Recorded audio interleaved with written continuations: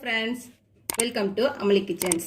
இன்றைக்கி நம்மளோட கிச்சனில் ரவா லட்டு எப்படி பண்ணுறதுங்கிறத பார்க்க போகிறோம். அதுக்கு தேவையான இன்க்ரீடியன்ஸ் தான் இங்கே இருக்குது.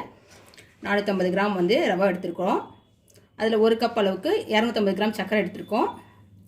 3/4 கப் அளவுக்கு துருவின தேங்காய், 1/2 கப் அளவுக்கு பால், கொஞ்சம் முந்திரி பாதாம். இது இல்லைனாலும் ஒன்றும் பிரச்சனை கிடையாது. கொஞ்சமாக தாளிப்புக்கு நெய். இவ்வளோதான் இதுக்கு தேவையான இன்க்ரீடியன்ஸ். இப்போ பிடிச்சி அதில் பார்த்தீங்கன்னா கொஞ்சமாக தாளிப்புக்கு தேவையான நெய் போட்டுக்கிறோம். நெய் ஊற்றி நெய் காஞ்ச பின்னால் எடுத்து வச்சுருக்க முந்திரி அண்ட் பாதாம் வந்து ரவையை சேர்த்துக்கலாம். லேசாக ரவை வாசம் வர்ற அளவுக்கு வறுபட விட்டால் வந்து வறுத்துட்டாச்சு. அவ்வளோதான். இதை வந்து வேற ஒரு பாத்திரத்துக்கு வந்து மாற்றிக்கலாம். அதுக்கப்புறம் நம்ம உருண்டை பிடிக்கலாம். கொஞ்சமாக ஆறின பின்னால் இந்த ரவையில் வந்து தேங்காய் துருவி வச்சுருக்கோம்ல, அதை போட்டுடுறோம்.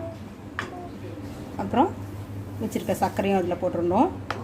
இது எல்லாத்தையும் லைட்டாக மிக்ஸ் பண்ணிவிட்டு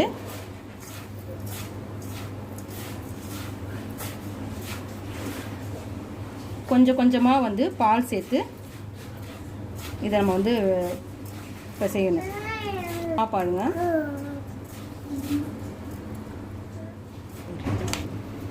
இப்போ உருண்டை பிடிக்க ஆரம்பிக்கலாம். இந்த அளவுக்கு நீங்கள் உருண்டை பிடிக்க போகும்போது உங்களுக்கு உருண்டை வந்து பிடியாக நிற்கணும் கையில்.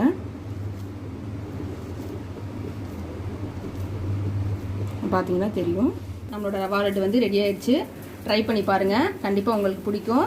லைக் பண்ணுங்கள், ஷேர் பண்ணுங்கள், மறக்காமல் சப்ஸ்கிரைப் பண்ணிவிட்டு இந்த பெல் பட்டனை கிளிக் பண்ணுங்கள். தேங்க்யூ ஃபார் வாட்சிங்.